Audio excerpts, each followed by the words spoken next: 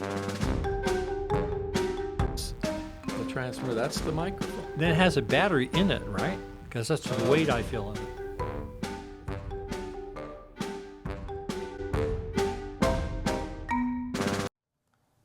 Hi there, I'm Barry Staver, and I'm here with Joe Farace, and welcome to podcast number 5. We're back at it. We are back at it, that's for sure. So you may be wondering, why aren't we in the studio? Why are we in my kitchen? And the answer is simple. About 8 weeks ago, I had some surgery, and I'm not as mobile as I was, and so we have taken to shooting here for the time being to see how it goes. But before we get into the thing, I want to say a couple shout outs. Number one, I want to thank Mary's sister, Teresa, and her daughter, Shauna, for sending me this great Canon lens coffee mug. This is an actual coffee mug, which filled with some tea, which I think Tazo English breakfast tea. But So- it's just weird to see you pick up a lens and drink out of it. I mean, that's Tastes cool. good, and it's so well insulated. It keeps it nice and hot. So Nice. thanks to Shauna and Teresa for being so nice. Also, talking about sisters, my own sister Kate informed me that she has been watching these podcasts, which is funny because her Yeah. husband came through while she was watching one of the podcasts. He said, "Wait, hey, that's your brother." Yeah, and He's famous. That was me. I don't know if she's into photography, but if she's going to watch this, hi Kate, thanks a lot for being one of our few. I don't remember how many views we're up to right now. I don't either, but since we're going to get it going again, I'm going to say that the number's going to just keep going Skyrocket. up. Well, I don't know about skyrocket, but it's going to keep going up. It's going to keep going up. So, okay, so we would need to pick up where we left off Yeah. when we had our power outage. And it's your ball now to talk Okay. about why people may be hearing us better than they have before. Well, and this is such a nice, better setting because at the library we had to book it 3 and 4 weeks ahead of time. It was so busy. And the batteries ran down, which is totally on me.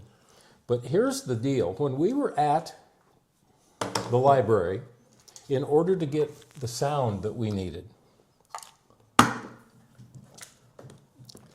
we plugged into their awesome microphones. They were good mics. But in order to do that, here's what we had to do. And if you're video audio people, this is all boring to you. But I had to run one cable to one microphone and this cable to another. And then they both had to be plugged in to this juice link, both of them. And the juice famous juice link link. had to be hooked. This is a preamp. It's an old model. It's not made anymore. It was made by one guy who just couldn't keep the whole thing going. So here's what I'd have to do every single time. I would have to find the correct Allen wrench, Oh, yeah. and I had to screw it in. It didn't screw in without the wrench into the tripod socket on the bottom of the camera. And then once that was in, I had to then put the tripod plate on the bottom. So this whole gizmo was like that. And when you do that, you cannot access the battery door on the camera. So the whole thing had to be taken off. And Oh, it was you just, couldn't get to the battery. yeah, it was a nightmare. Oh, and plus, you know, you had to have all these 9-volt batteries. I mean, it what only were the took 9-volt one. batteries for besides smoke detectors? Well, that and a preamp. That used multiple 9-volt batteries? No, it just used one. But that's what went dead, despite the fact it showed it was brand new. So let's get rid of that and let's move on to all of that stuff. Well, here's the funny thing. This box looks as big as the Juice Link. It's smaller than the juice line. So in this, of course, are 2 microphones, and the receiver is just this little teeny tiny thing up on the camera, and we've done some tests and it seems to work. So sounds we hope really we're good. getting great audio. It So sounds that's like we one were in reason stereo.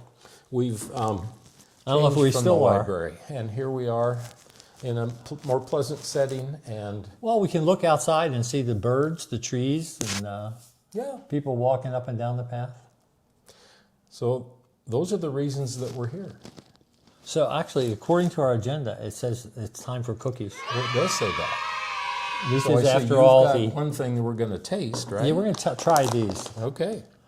These are a combination of Reese Cups and Oreos, which sounds weird. So have you opened this yet? No, I thought I'd let you open it because it has a little course. spot that says "Tear me off Oh, here." Joe, you don't do that to me because I can usually not tear them open. Me either. That's why I thought you would be good at it. And we haven't rehearsed this, so. Look for a spot that says "Tear me." Oh, I am. Oh. Oh, well. Look. Oh, great. And see, they're little individual Halloween-looking size. Please bear with us for a few minutes while We're we going try to eat this. these. And then I've got another surprise that Joe doesn't know about in this Oh, bag I can't here. wait. This is going to be exciting. I can't stand it. All right, here goes.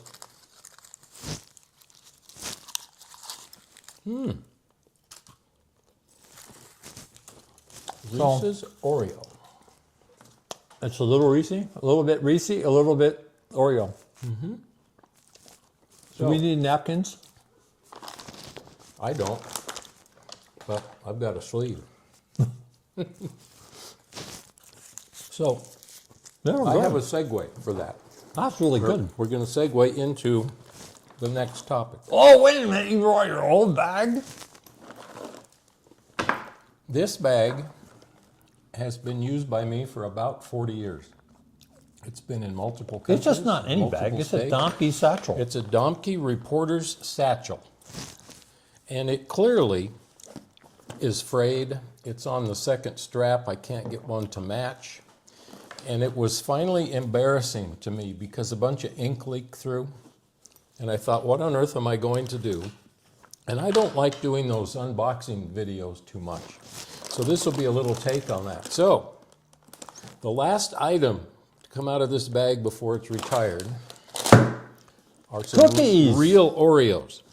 Birthday cake, flavor cream. Yes. So I'll get to those in a second, but this bag is now history.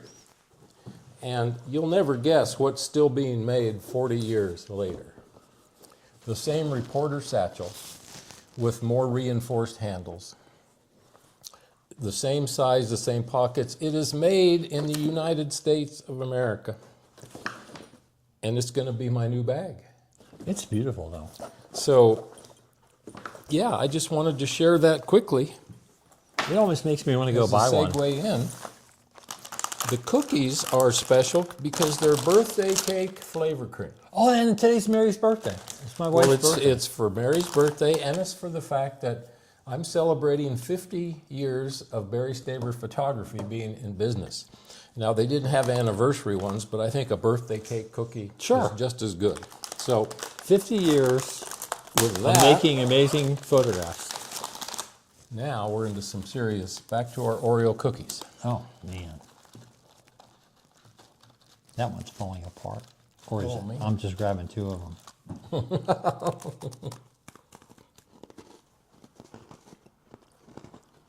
It's got sprinkles in it.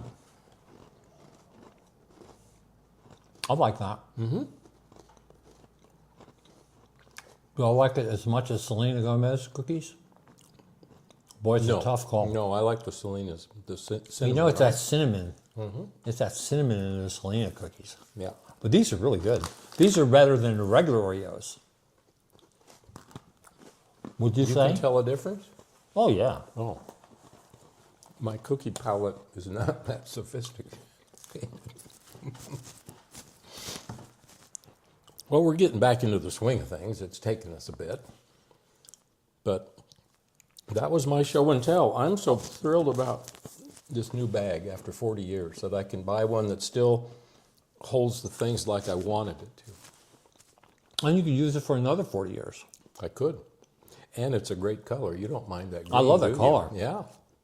So, It's hard to say. It looks better made than this, but you know, well, after it's 40 brand years. new. Well, yeah, I mean, stitching is reinforced differently. And this isn't adjustable, so it's got a lot more solidity to it. But the insides, the pouches, they're all the same. It's You the know, same pattern. I don't know. if Does it feel? It's hard to tell if the fabric is the same because It's got a Yeah. whole lot of wear and tear on those. So that's the saying, if it ain't broke, don't fix it. So thank you, Jim Domke. Jim is still around. He Yes, lives he in is. the Texas, in the Dallas area, I think. Yeah.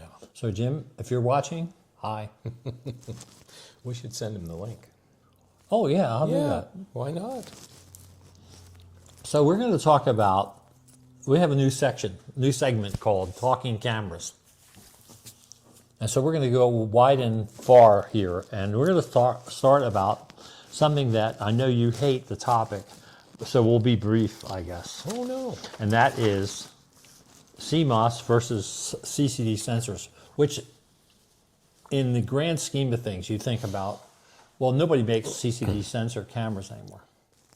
But they used to. And when digital cameras first came in, many camera manufacturers, notably Nikon, made cameras with CCD sensors. And other people like Canon had gone with CMOS sensors. So I got this list of pros and cons of the CMOS versus. Nikon claimed that the reason they use CMOS, CCD rather, I'm sorry, closed coupled device, I think that's what that means, is for the high image quality. And that seems to be what they are all about. But the cons were that they're slow as far as transferring data, and they used more power than CMOS. And they were more expensive, which I think really is the reason for the demise of CCD, is that CMOS, one of the pros were they were cheaper to produce. So if you're a camera company, you're going to look for ways to cut corners wherever you can. So if Nikon stuck with that, they said that CCD is way better, CCD is better. But also the pros are CMOS is low power consumption and they're faster processing. But it turns out that CCD, part of their image quality thing was that they were also good for low noise. So they're higher noise on CMOS, although you look at cameras like the Pentax K1 Mark II, which has the capability of shooting at 202,000 and some other little numbers for, that's crazy. I went downtown Parker and one night and shot that camera at 202,000, and you know what? It looked like crap. I do remember the comparison you had. I have it on a blog post, and Yes, maybe I you can do. put up the picture here. Yeah. And then I shot it. I kept lowering the ISO till I got to what looked okay, and what looked okay was 56,000. This is CMOS center, so it's still looking okay at 56,000, which is crazy. Which brings me back to the whole thing, which is when you started shooting digital cameras, you said your camera was a Nikon D1. D1, because I was, at that time, I had taken a part-time job at the Denver Post as a photo editor. So I also was given company equipment, and that's when digital first started coming around.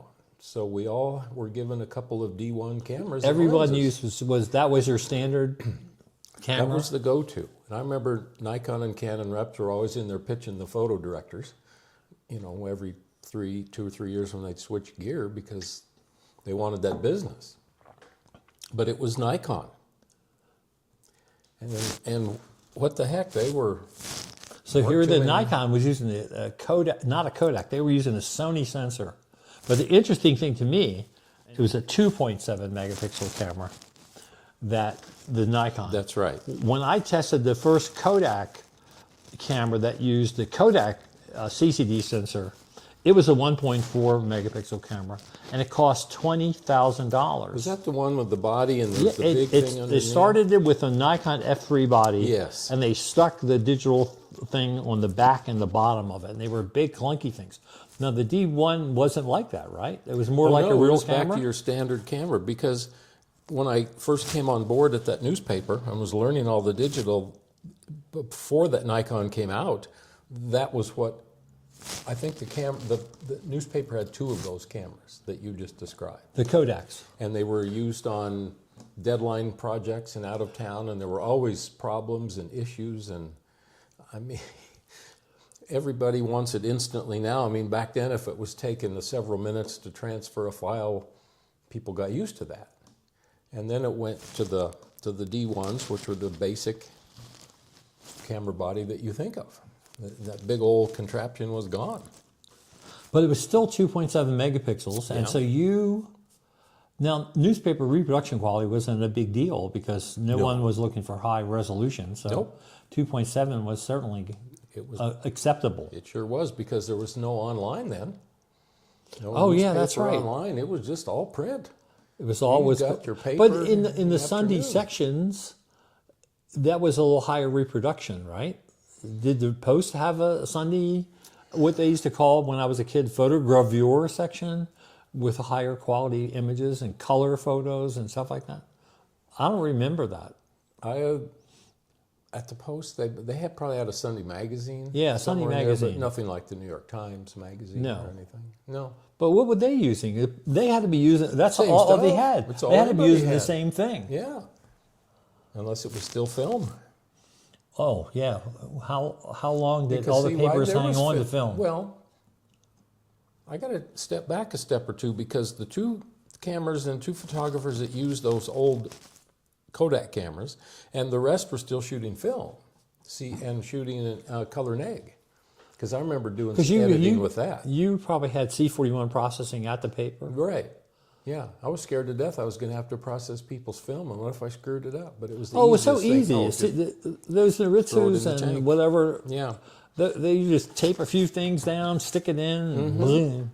So then it switched somewhere in there in the late 19, maybe at year 2000, somewhere in there. It went to those D1s. But you personally had a D1X as well, right? Yes, when I left the paper, I was fortunate I had gotten all that digital training there. So many of my colleagues were still into film totally, and they were fighting digital like you can't believe. And I took that as my advantage to say I offered that to my corporate commercial clients when I went back full-time to my business. But see, you were lucky, but now they had raised the bar and you were at 5.47 megapixels, man.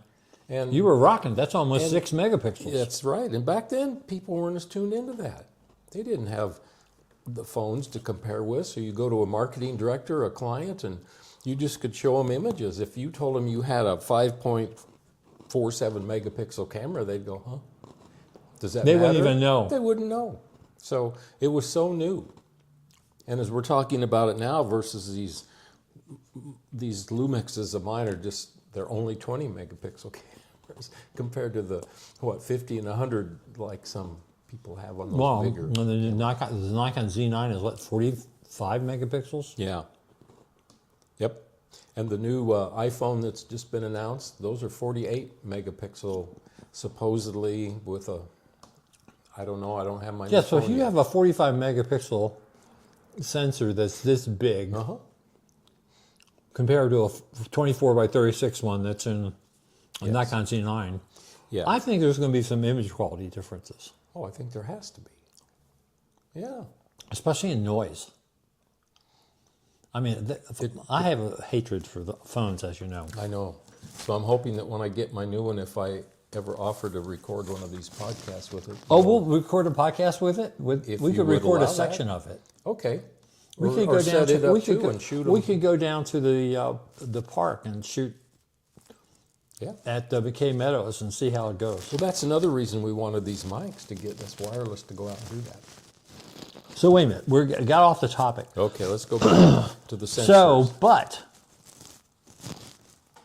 So they're working before.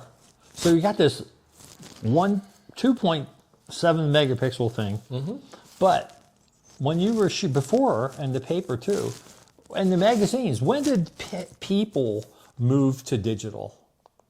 When you were shooting for people? Because I wasn't shooting for them anymore. I never shot digital for them. You never shot digital for them. You only shot film. I think my last assignments for them were in 96 or 7, and that's a whole different story and topic. I'll be damned.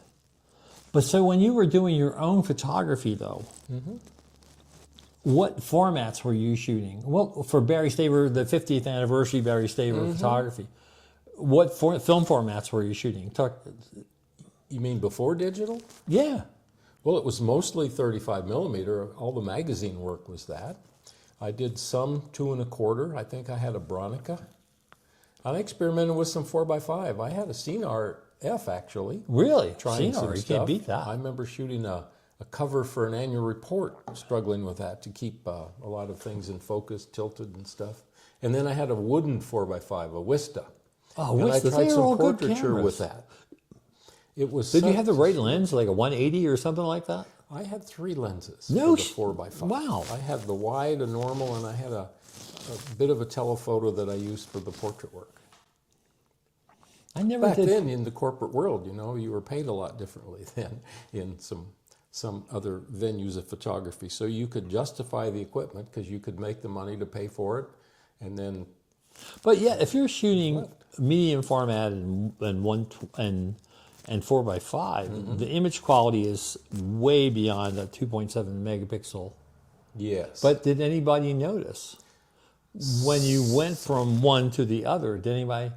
You told me a story that your son, who has shooting with a Hasselblad, which is like a 100 megapixel camera, that one of his clients did notice it and said, "Hey, I could tell that you're shooting with this Hasselblad." He's had more than one client tell Really, him that. more? Because there are still clients, believe it or not, who can tell the difference between what comes out of this thing and a high quality camera. And that's why they hire him as a professional.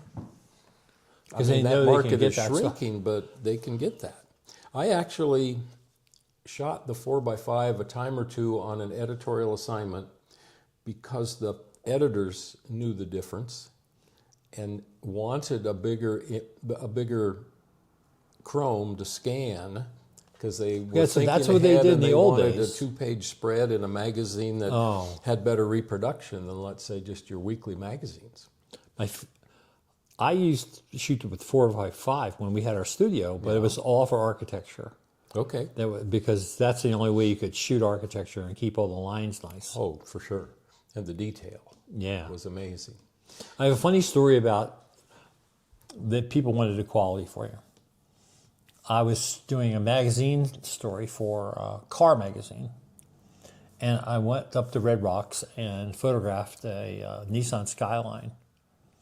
And the editor, it wasn't the editor, it was the art director. Okay.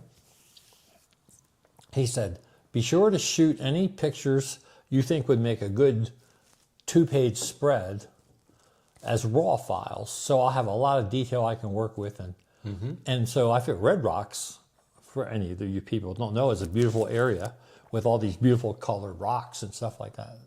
And so I did some. I shot them all raw for him. But he said, for the rest, just shoot JPEGs. That'd be good enough. When it came time to publish in the magazine, they did a 2-page spread, and it was one of the JPEGs. Yeah. So I have a... So that for a long time put me on a path where I didn't care about raw because it didn't matter, because it obviously didn't matter in the real world. In the real world. Well, that was my experience with my 4x5 shot. It was for that AARP magazine, and oh my goodness! I shot in November, and they wanted 4 or 5. The following year, they needed images to have the story before Christmas of the best places around the country that retirees could go to celebrate the holiday. It sounds like a nice gig. The Brown Palace Hotel is decorated in Denver at Christmas time to the nines with these incredible lights and chandeliers, and they also still have a debutante ball there. They wanted a panorama wide shot of that lobby during the debutante ball, and they wanted it on 4x5 because that picture was going to be a double truck. Well, this is sounding familiar to my car story. Isn't it, though? Because so now do you have like a 90 millimeter super anguline or something like that? I got that specifically for that job. That 90 millimeter. Yes, because I knew I could use it other times, I thought. And I went That's down like expensive lens. I did some testing. It was a very expensive lens. I can't even And remember. back then, the highest tungsten speed film was probably, what was tungsten film? 64. On sheet film? Sheet On sheet film? Well, in any kind then. It was low. I had done tests, lighting tests, exposure tests, and I knew it was going to be a slow shutter and wide open with that lens. And we're talking about 100 people or something like that, right? We're talking about hundreds of people lining the floors, balconies the balconies looking in. And I got there, and I got maintenance to bring me a 6-foot ladder. Wait a minute. We're talking about using available light, too, because there's no way you could light this No thing. way to light the thing. So I had it all set up. I climbed the ladder. I bolted with a clamp the camera to the top of the ladder. And I was in the debutante families had certain areas, and I was in one of the box areas for one of the families. They let me in at the back. And I shot as many pictures as I could. And then I looked down as I got ready to get off my ladder, and people were using the steps of the ladder beneath me to set their empty cocktail glasses. So I did all of that, and the picture ran the following year, a year later in that magazine, about 4 inches wide. It's the same as your car story. Yeah. No, it's different. No, you gave them the high quality. Well, you gave them the high quality stuff. They didn't do anything with it. That's right. I gave them the high quality stuff, but they didn't even use it. They used the other. And it probably looked fine. I'm sure everything looked fine. Yeah. And I had one other experience early on, because before there was RAW, I think you could shoot in TIFF mode. Some cameras would let you shoot TIFF. Yeah. And I had a client who insisted on all the images be shot TIFF because they needed that big quality. And it was to shoot interiors. Well, TIFF was like uncompressed, That was Yes. it. And also, if it was in TIFF, they could use any kind of software to open it, whereas with RAW, back it was in stuck those with days. it. It was all proprietary. Yeah. So I had to shoot at the Denver Broncos old stadium, not for the team, but I had to shoot all the panels and things that this company had installed. And I had to shoot them all TIFF. And that was the slowest process on the back end to open them, to burn them. I had to burn them to DVDs back then to deliver them. I don't remember how many DVDs it took to put all those images and FedEx them to the client. So those are some fun stories So about it back all in the brings us days. back to the big question of the day, which Yes. is how many pixels are enough? Well, I think we're finding that If 2.7 worked in back then, and then they've worked up over the years. What, there were some 5-megapixel cameras and people just rushed to get them because that was going to be so much better? well, I mean, what was the? It was 5.4 for the D1X. And then there was the D2s, D2X. And Every iteration is bigger. Bigger. Although lately that seems to have trickled off. okay, The G87 is 25. yes. So it only went Which is from 20 to the biggest 25. micro four thirds ever. All right. I don't think there's anything bigger than that. I don't know. I I don't think Olympus has done anything bigger. They're barely doing what they're doing. Okay. So the But big 25. the big jumps are in the full frame, mirrorless, like Well, the you Hasselblads and some of those. Well, that's not full frame. They call it medium format, even though it's smaller than a Hasselblad 6x6 centimeter camera. But Oh, okay. well, like Matt's Hasselblad is probably closer to 645 film format, but it's 100 megapixels. Yeah. Because making those big sensors, that's got to be expensive. Oh, I would think that's why the camera costs what So it how does. so how many is enough? That's the question. What do you think? Just 20? Well, I can remember I may have told this story in a previous podcast. I've made 20 by 24 family portrait prints from these 20 megapixels. files on these 20 by Lumex. 24. Yeah, people have hung on their wall in their home. Now, I will tell you that if it would have been shot on a higher megapixel camera, you and I could get up close and look and tell the difference. I just know that we could. Well, if you get close, nobody's going to look at it that That's way. right, Well, it's like not that designed. picture over there. Well, that was shot with what? We got to do Was a little. that when We got to do a little cutaway of that of us going over there and It looking was at that. either with the Canon or a Nikon. I don't remember which. We'd have to pull a file and look at the data. I'm going to certainly look. I can look it up. Yes, you I can. have the EXIF data. All right. I'm tempted to go take it off your wall and bring it over here, but if we're going I'm going to do like a Barry. I think I'm going to Do like that one time when you were disappearing. Oh, That's do you bigger than suppose that's- 1620. Maybe it's a I think 2024. I think You think? so. Yeah, it's a I don't know if it's 2024. got glare on it or not. You know, That was I in home can dump the studio? real picture in there. It's a great picture. Well, I I love like it. the I like the subject matter, but if you're starting to look, No, it looks great. it looks terrific. It looks great. How could a client not like that? The clients And loved they're it. not asking me. So what the file question is, size. I'm going to put in down here somewhere how many megapixels that 2024 was. So I'll look up the XFIF data for that. And Yeah. So that was before I got the Lumix Micro Four Thirds. so that was with one of the Nikons. I'm sure it was a Nikon or the Canon. I switched somewhere in there.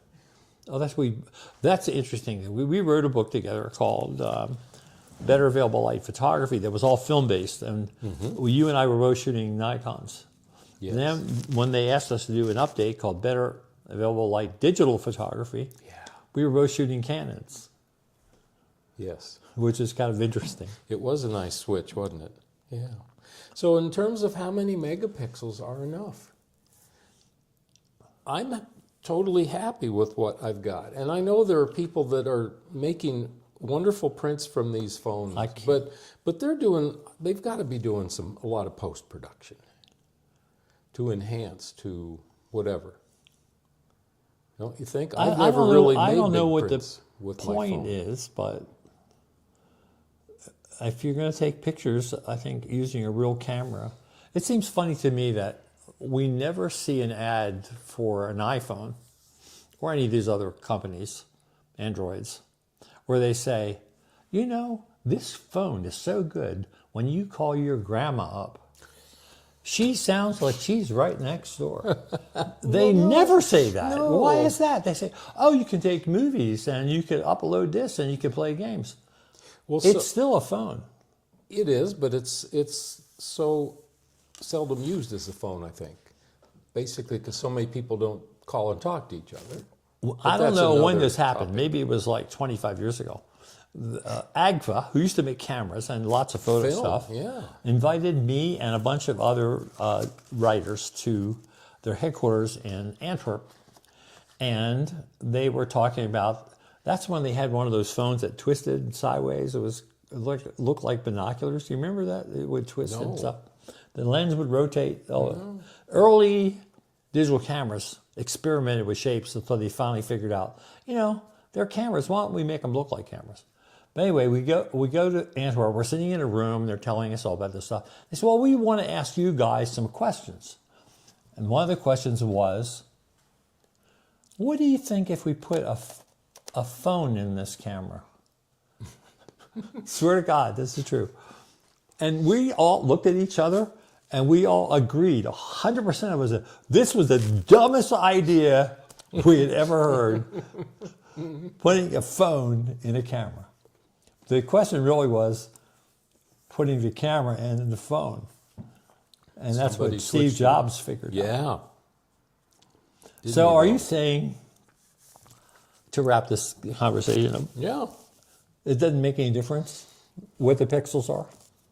Do I want to totally say it never is going to matter? For the most part, I think so. I mean, we could get into talking about low light and detail and shadows, but that's not really what we're talking about, is it? It's just... It reminds me of what my old friend Tom O'Keefe once said about lenses. This was back during the 70s. And there were lots of different kinds of lenses being made in Japan, cheap lenses and stuff like that. And Vivitar lenses and Tokina lenses, all these different lenses. And his philosophy was, if you heard of it, it's good. And is that the story here then? If you heard of it, it's good. Because see, there's lots of cheapo Chinese digital cameras. I don't know if you see them advertised from time to time. Maybe not so much now. They may be tariffed out of existence, but they would be like, they wouldn't even tell you what the megapixels is. I see advertisements on Instagram for a Snoopy camera, where you know they're ripping that off. There's no way they're paying for that. And I'm thinking, really? And then there are these Yashica digital cameras that use the Yashica name, that are just junk. So I think that maybe if you heard of it, it's good. If it's From a real that if it's a point of real view, company, Yeah, I understand what you're saying now. if it's a real company, it's good. It doesn't really make a difference. I was making 13 by 18. That was like the biggest print some of the Epson printers could make back in the, what was that? I forget what, 70s, 80s, 90s? No, 90s. Must have been 90s. Yeah. And I'm shooting, what the heck, and I was shooting with 6 megapixels, and they were beautiful prints. So it doesn't really matter anymore. I think we could agree on that. Because I think there's two parts of the equation. If these 2.7 meg, Cliff, our friend Cliff Lawson, who I had coffee with yesterday, he said that the thing he remembers most about the early CCD Nikons is that they fell apart after ISO 400, which seems odd today. But nevertheless, and I think the difference was the processor. So you have the sensor, it's capturing the image, but how it was being processed, they keep improving the processors. So they're taking the data, the visual data, and processing it properly and handing you a much better quality image than you might have with a D1 back in the day. Okay. Oh, well, what do you think? Have we got something else? Or I think this is the topic for the day. I think we beat it to death, and we'll be coming back at you in the podcast number 6. Awesome. And I don't know where we'll be. We may be here. We may be down in McCabe Meadows in front of a bench. It's hard to shooting say. On an iPhone. But in any case, I look forward to it. Me too. You take care. Thanks. Yeah. See you later. I think that was great. I think it was great. Oh, I meant to say it was our best. Oh, here's the story.